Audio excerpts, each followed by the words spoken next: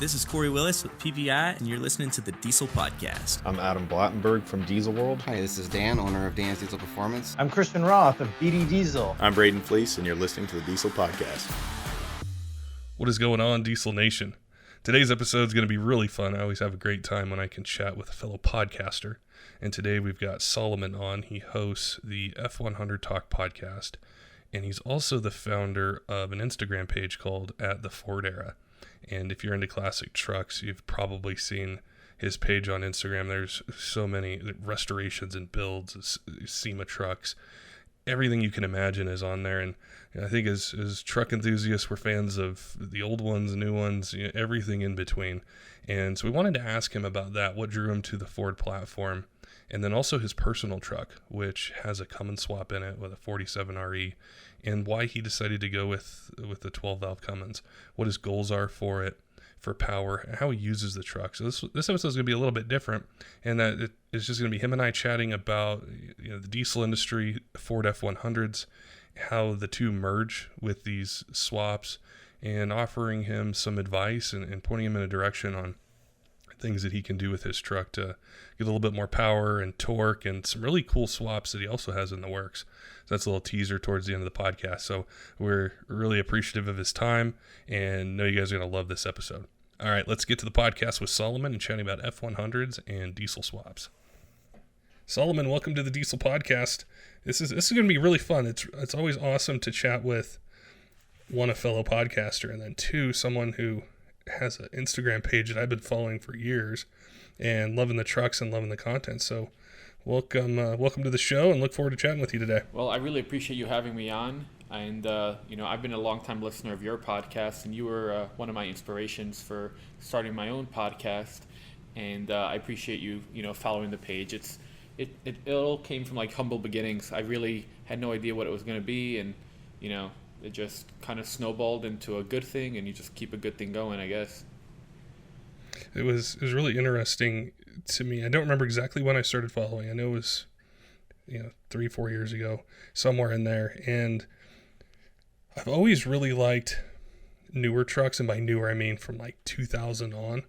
But there's this connection I think any truck person has with the classic trucks, whether it's Ford and C10s or even some of the old Rams, and we all have a story or a connection to it. And I remember just scrolling through the page, and I would see so many different styles, and I think that's what I really liked, whether it was a lowered two-wheel drive, or it was a crew cab that had a Cummins swap in it, or a restoration, or a truck that was all original. And that's what your page delivers that is so cool, just the variety. Well, I appreciate it, and that's one of the main things that I like about it is the variety. I don't have one specific style. I like a bunch of different things, so as long as it falls under the category of classic Ford truck, that's really what it is.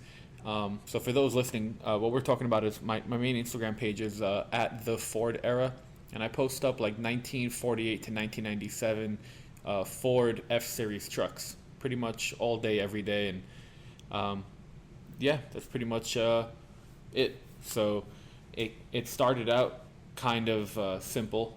I was friends with a bunch of C10 guys, but I was into Fords, and when I would go on Instagram, I wouldn't really see a lot of Fords. I'd see a lot of C10s, and I was like, man, we need a Ford page so we could kind of show these guys other cool things that you could do to your trucks, because like when I would work on my trucks, I'd be on the forums or trying to figure out what to do, and I would look for pictures and look for inspiration and ideas, and I said, if nobody else is doing it, I guess I need to do it. So I started the page and just started posting up my buddies' trucks and my trucks, and now fast forward 5 years, it became like a community.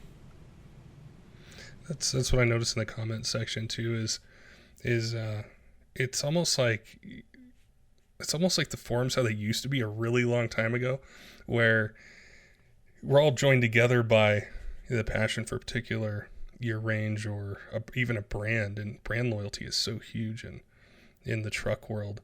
And so it's one of the pages that I always pay attention to and look forward to seeing what you have, and there's definitely some crossover into the diesel world. And I've had a few guests on that had some of those older Ford trucks, and they've done Cummins swaps on them.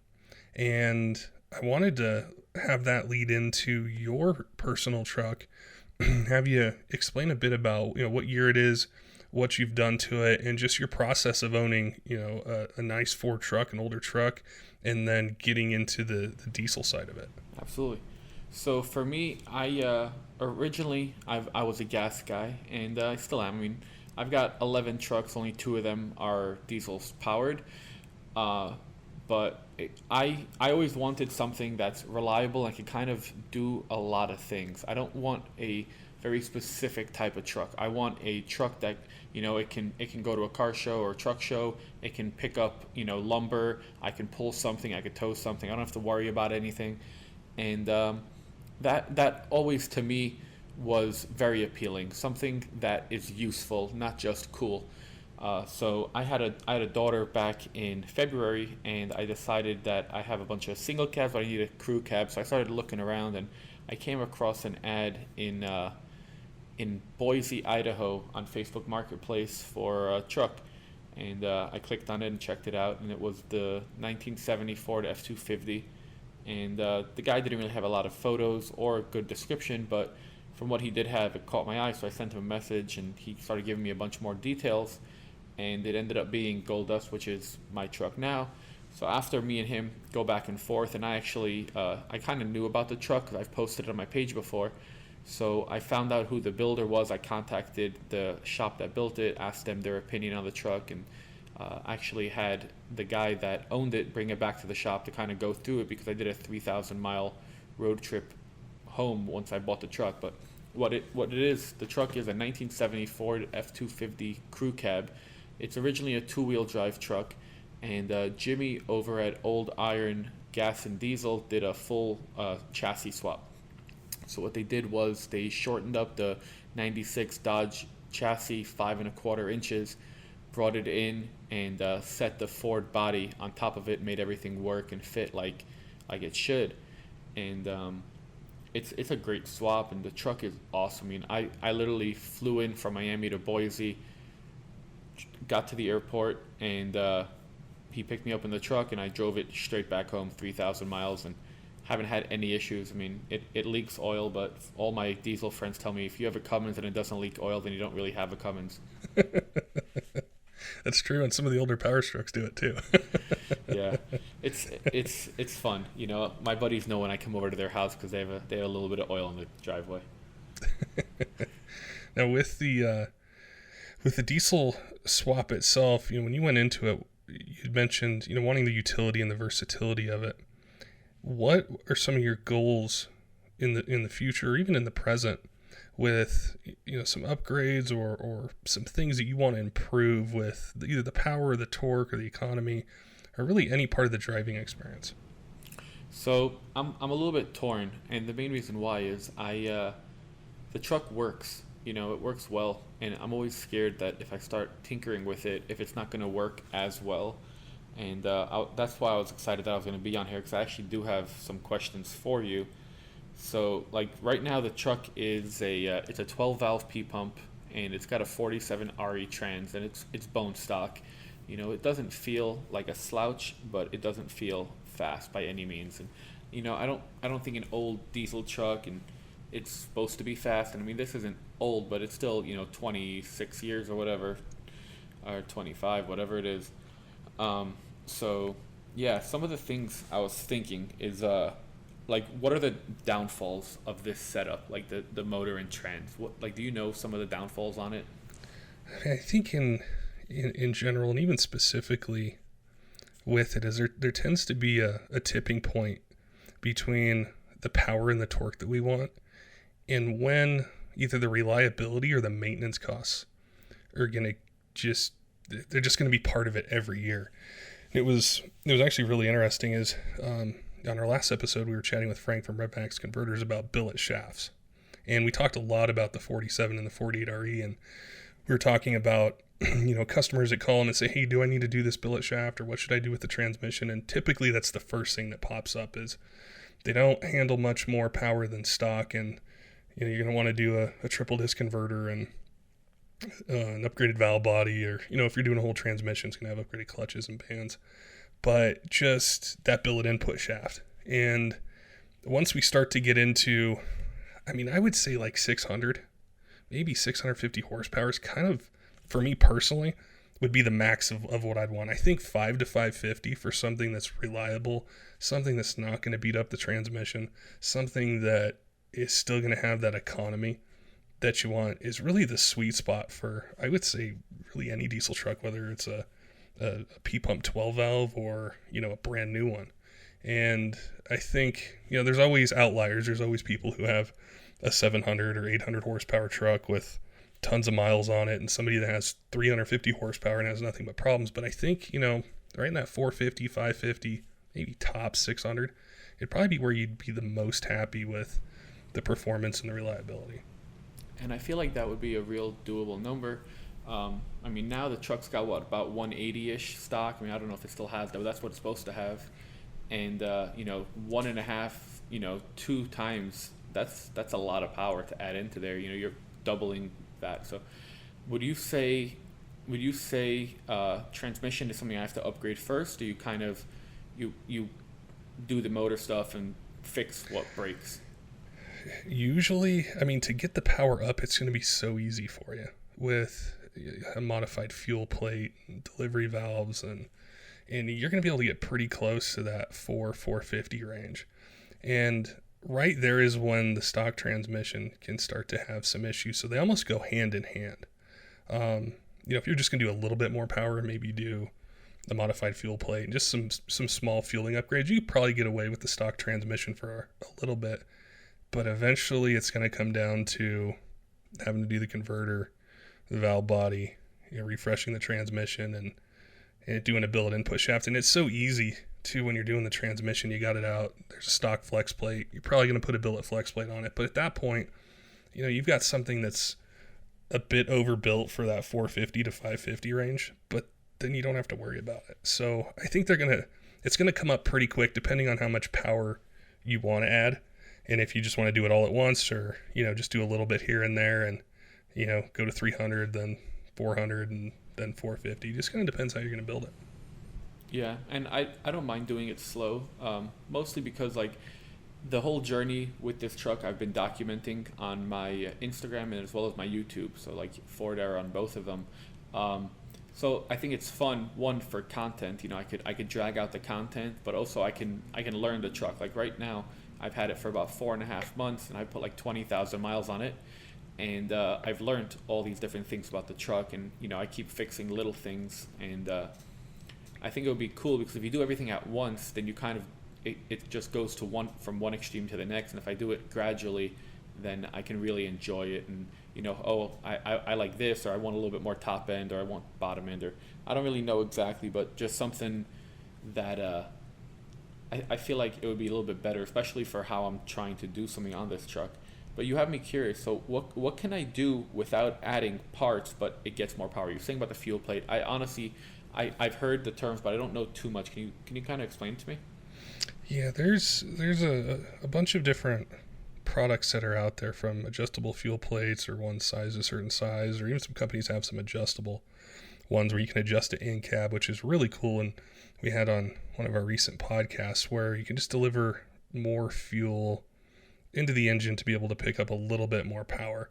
And from that point, you really have ultimate control over, if you're going to get into an aftermarket single turbo or compound turbos, and, valve springs and head studs, and just kind of the supporting things for that fuel. But I think you have such a realistic and defined goal for the truck that you're probably not going to fall into the pitfall like, say, I did with one truck. Is I did everything at once, and it went from something that was 500 horsepower to 800, and I was in over my head, and I'm like, I can drive it, but I can't tow with it anymore, or if it snows or something like that, I don't really want to take it out.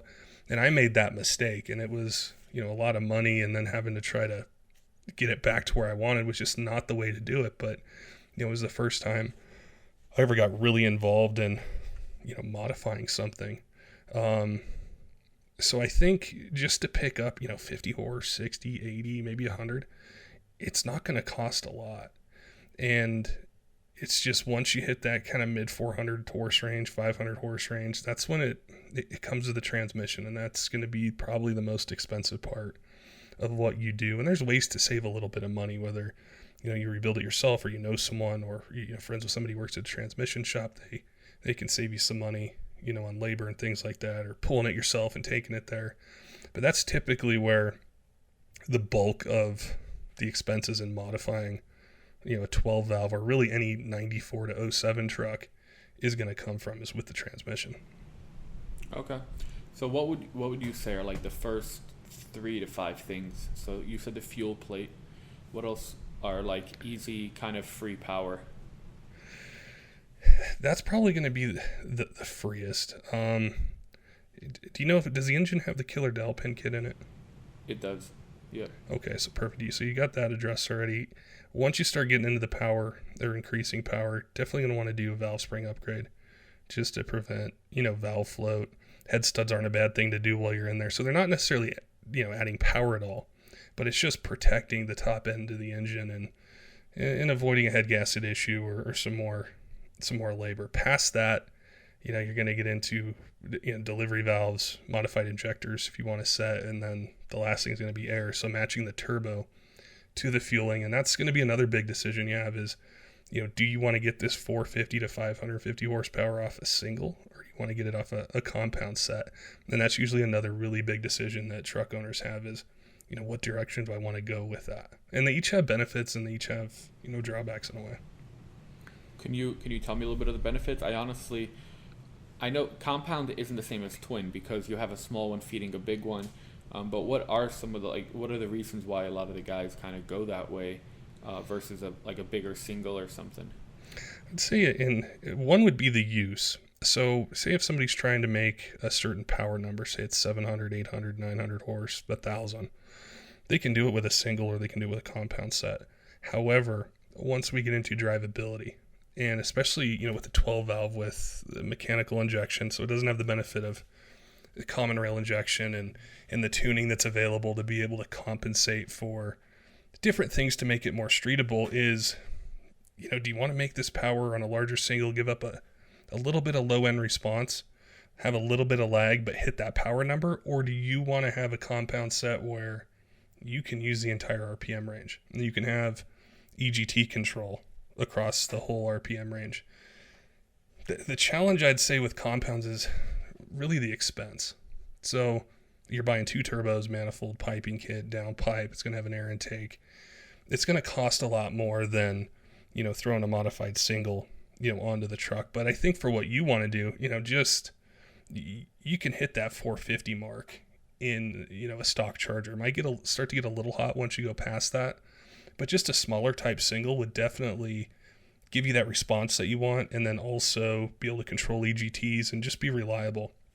Once you start to go really far into the power level, well, I don't want to say really far, but start to get in the 550 plus range, is you're going to need a bigger charger. You need to control the EGTs, and then the singles start to grow, and you start to get a little bit more lag, and that's where the compounds, come in. And you'd mentioned, doing a lot of road tripping. What you're going to be able to spool in Florida is going to be totally different than in Utah or Colorado or, any place west where you're at a mile above sea level or close to that.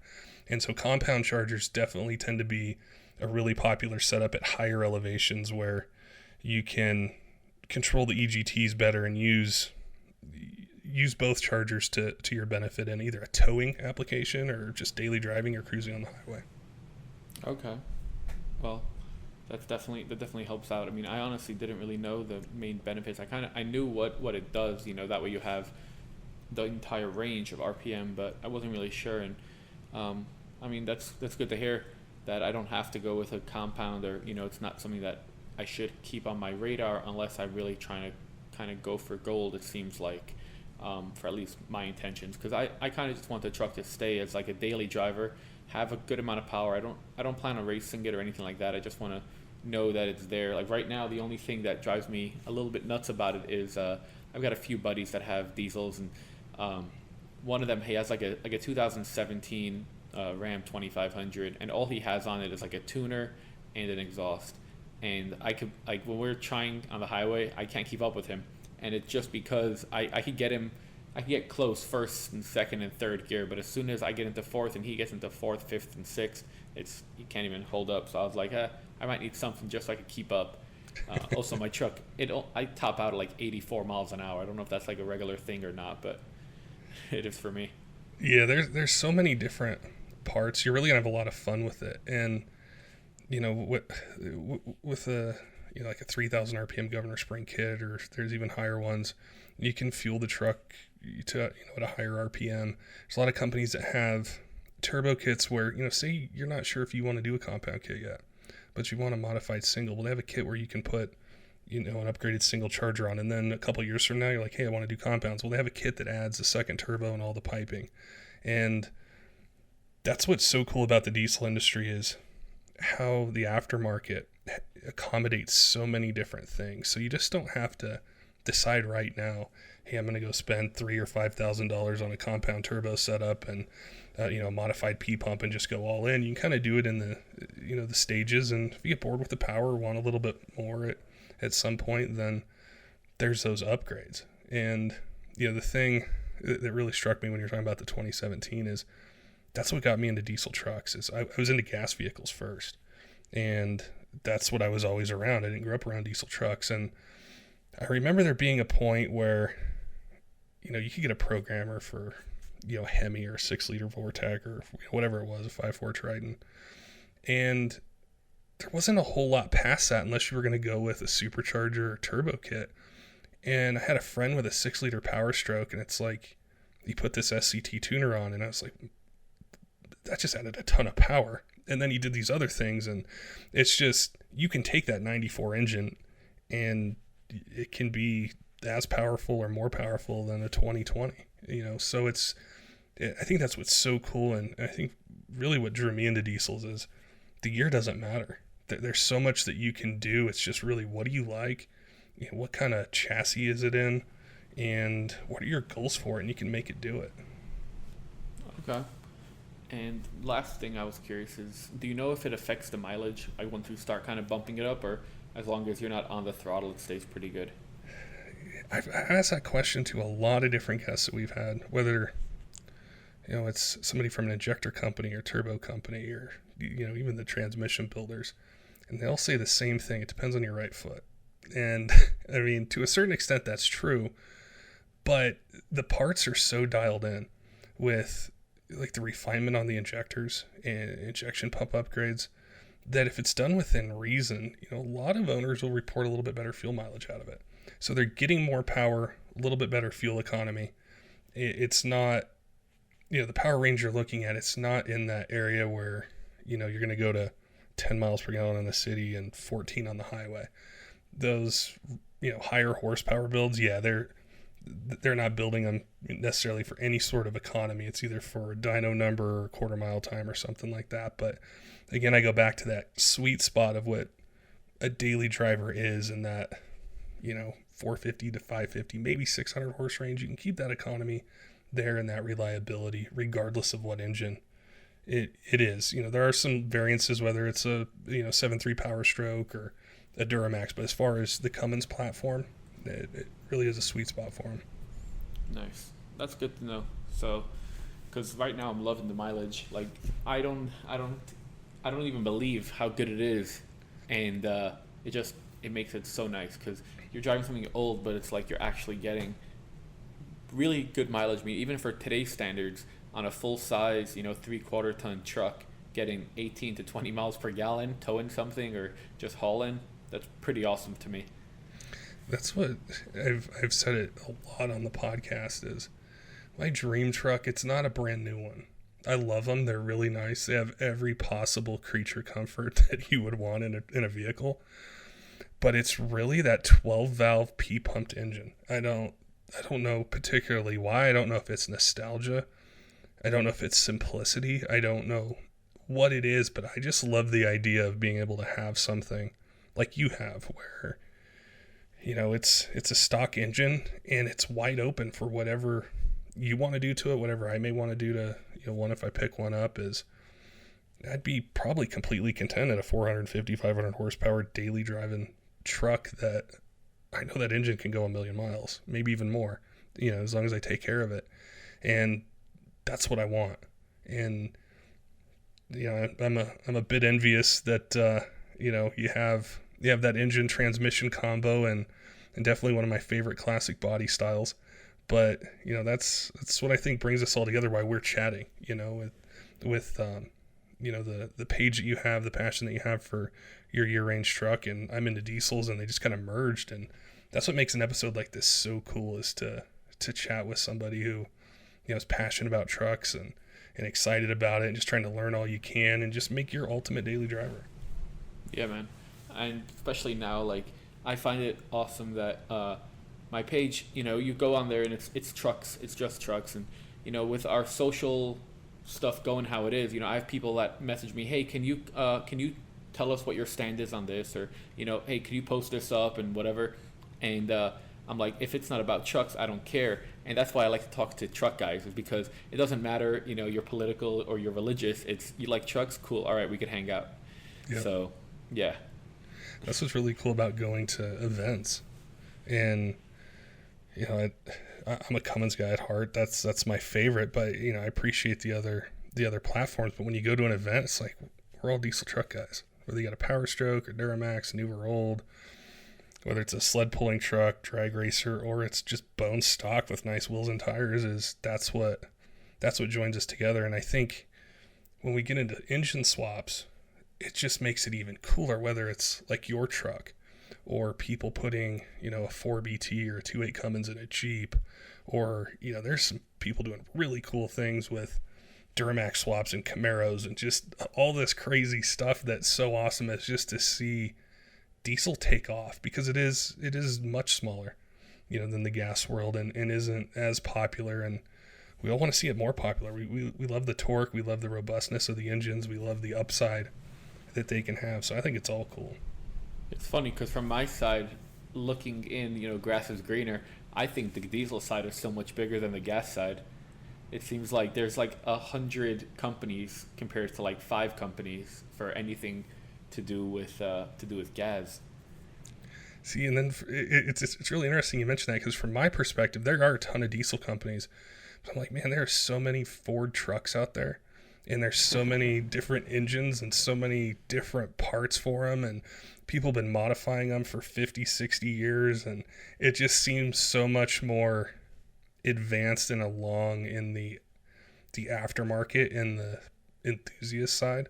So it's really interesting, that you mentioned that, but it's just all our perspective and kind of what we see on a daily basis. And it's really cool to merge the two and learn more about it. And that's what I wanted to do next was, I wanted to ask you about your audience and, really your podcast that you started is, what does your audience want to hear? What are they really gravitating towards? Is it restorations? Is it performance? Is it a little bit of everything? So you asked me about my podcast. So I run F100 Talk. I'm one of the co-hosts. It's me, and then I got my buddy Devin. And it actually used to be called the F100 Nation podcast, and Devin started it, and then I helped him with it. And then one of my friends, Ronnie, who does C10 Talk, came to me and said, hey, I'm trying to bring together like a whole group of truck podcasts, classic truck podcasts, and he's like, I'm going to start up a new thing called Truck Talk Media, and we're going to, we have C10 Talk, and he also has OBS Talk for OBS Chevys. So he's like, hey, what do you think about, making your podcast into F100 Talk? And he's like, we're going to do Bronco Talk and D100 Talk as well. So me and Devin jumped on board. But basically our podcast is all things Ford truck, classic Ford truck. I think we pretty much cap it at like, I'd say 97, but I haven't had anybody on that has anything that new. But the classic Ford truck world is very diverse, and it really depends on what you're into.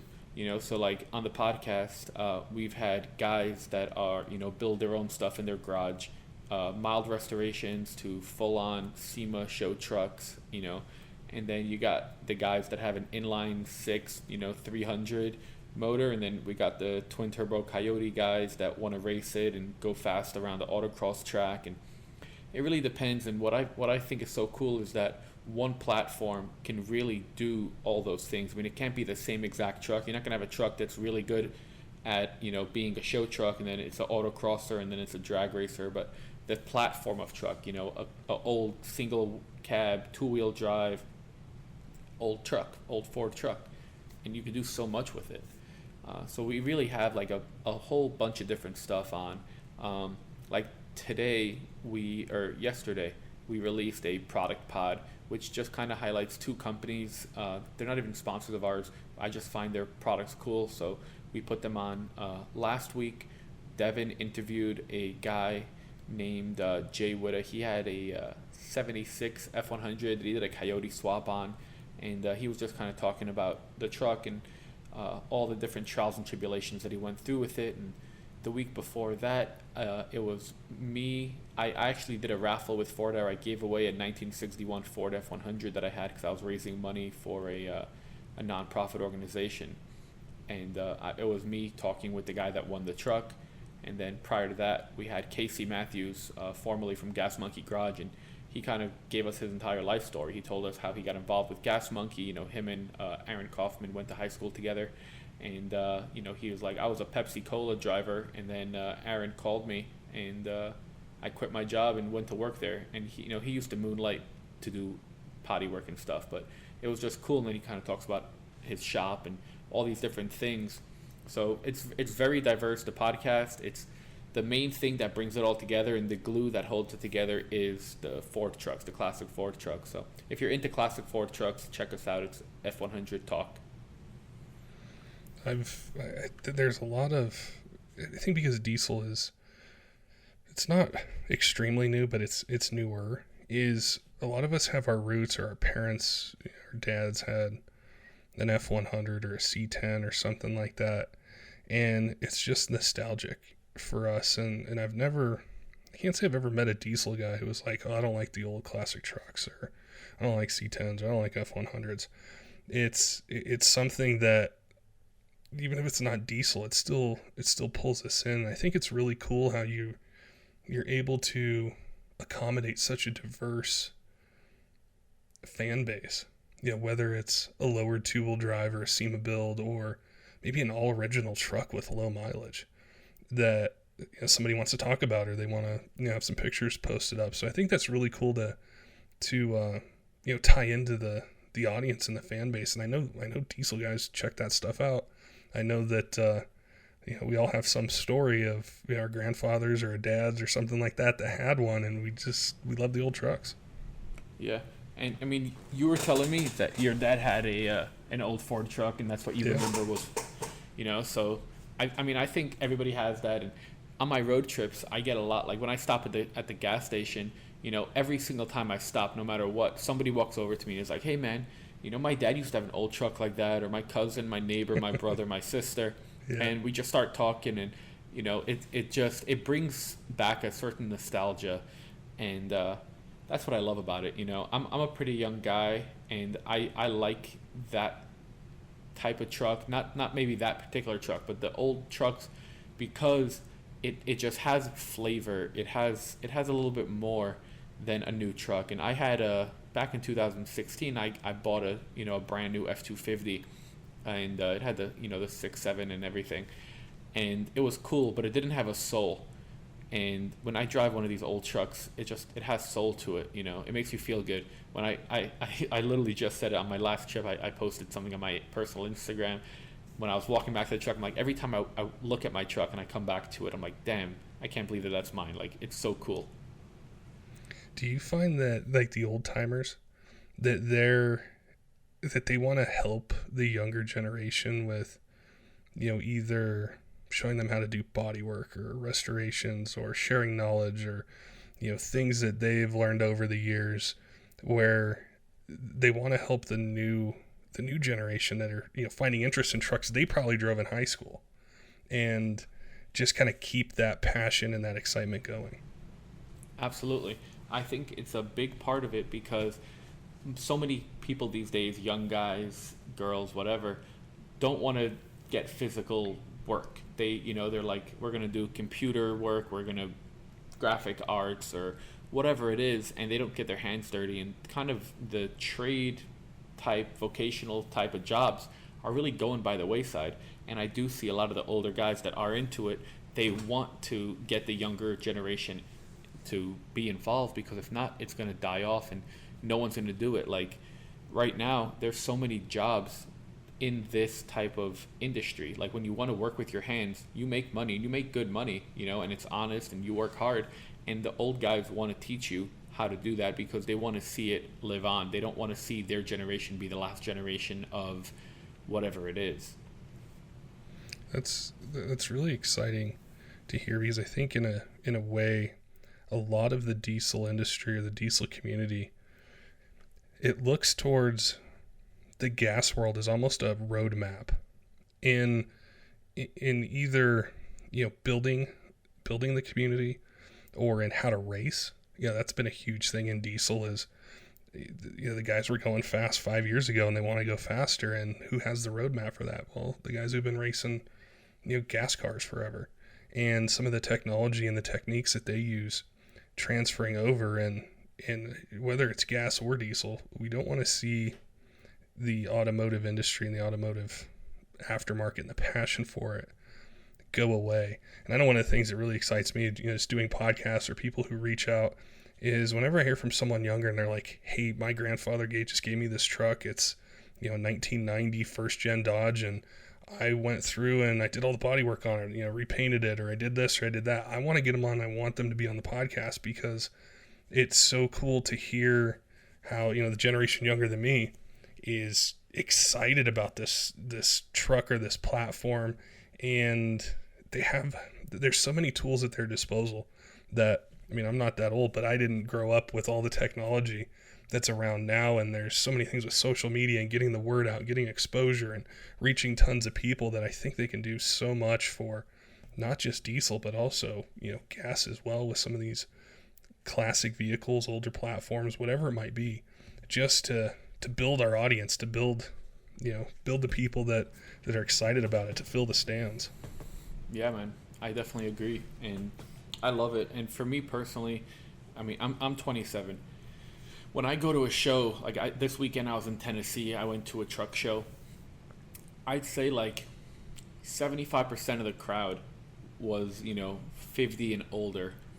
And all the young guys kind of hung out together, and we're all talking about how like all these guys are not going to really be around too much longer. So like we have to step up and start doing some more stuff. And I think it's really cool. We got so many opportunities now with all this different technology and all these different ways that we can build these trucks that you couldn't do 10, 15, 20 years ago.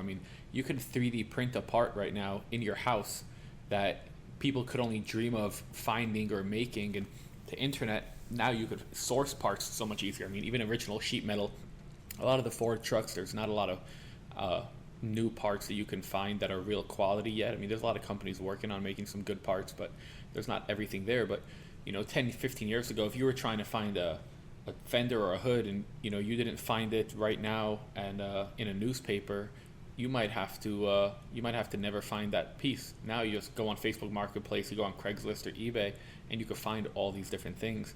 So it's like, to me, it's the best time to build a truck because everything's there. It's so easy to find. It's not easy to do, but it's easy to find. That's where I get lost on like Instagram and Facebook, is some of these pages I follow where they're selling older vehicles. And there's like this whole history behind them, and I'll find like I just see something, and 2 hours later I'm still browsing around and looking. But you can find so much, like you mentioned, whether it's the vehicle itself or the parts or connecting with people, somebody parting something out or whatever it might be. The resources are there to do this. Absolutely, dude. Awesome. Now with your podcast, where do you guys release? Is it on like iTunes and all the major podcast apps and things like that? Yeah, so I think we're set up with Libsyn, if I'm correct. I don't know. I don't deal with that. I just do the talking. But I know it's on iTunes, Spotify, Android podcasts, I think anywhere that the regular podcasts are available, I would assume it's there. And I mean, if not, you could check out. I think the website's F100Talk.com. That'll probably have a link right there where you could listen to it too. Oh, cool. Yeah, I'll make sure I head on over, check it out, give you guys a 5-star review, and I definitely want you to come back on once you have decided on some upgrades for your 12 valve and just give us your impressions, the process that you went through from now till you got the modified single on there and upgraded pump and governor spring kit and everything else, or maybe you did compounds and help some of the the guys out there that are thinking of doing the same thing and some lessons that you learned along the way. Absolutely. I mean, I'm gonna be in your ear all the time now, dude. Like, hey, what should I do with this, or what should be my next step, or what companies? You seem like you have your finger on it, so I'm gonna be hitting you up all the time. And I've got another project too that I'm doing a Cummins swap on. So you happen to mention the R2.8. Yeah. So I have an R2.8 crate motor that I picked up that's gonna go into a 63 2-wheel drive truck that I'm building. Oh, cool. So that one it seems like, I mean, literally everything for it comes in the box, and the guys at Cummins that I spoke to are really adamant about don't try to modify this motor whatsoever. So for now, I'm gonna put the motor in. I got a Tremec TR4050 to go behind it. The guys over at I think it's Sun State Transmissions, they have a kit for that, and I picked it up from them. And no, Silver State Transmission, I'm sorry. And I'm excited. I'm going to put that thing together, so that'll be cool. I should have 2 Cummins type trucks, and I'm curious to see how the R2.8 is going to compare. Have you heard anybody, have you spoke to people that had that swap done? I had a guy named Gary from Diesel Pros up in Montana on not long ago, and he has done some swaps with the Jeeps, and he was talking about them and just how streamlined that whole kit is. It's so streamlined. It makes it so much easier than like the 4BT stuff. And he was telling us that they're taking off in popularity and people are calling about them, wanting to do it. So I think it's going to definitely be something we're going to see more of. And I've never heard of anyone doing one in a truck like you're doing, so you're going to be the first. And we're definitely going to have you on to see what that process was like, and then how you like driving it, which is really, what we all love is we love driving, and just what your impressions are overall of that engine and how it works in the platform. Yeah, and I you said first, but I know 2 guys that put them into classic Ford trucks, or one's a Chevy actually, one's a Chevy C10, one's a Ford, and I asked both of them their opinions, and one of them let me drive their truck. And they're like, I haven't had it long enough to give you a real opinion, but they're like, it works and it sounds awesome. So, but we don't have the same setup. The F100, he's got a ZF 8-speed behind it out of a newer Hemi type of car. Okay. So it's automatic with all that stuff, and he said that his is great, but he hasn't put too many miles on it. His was a show build for SEMA last year, and he's like, I'm not using it until it finishes the show circuit.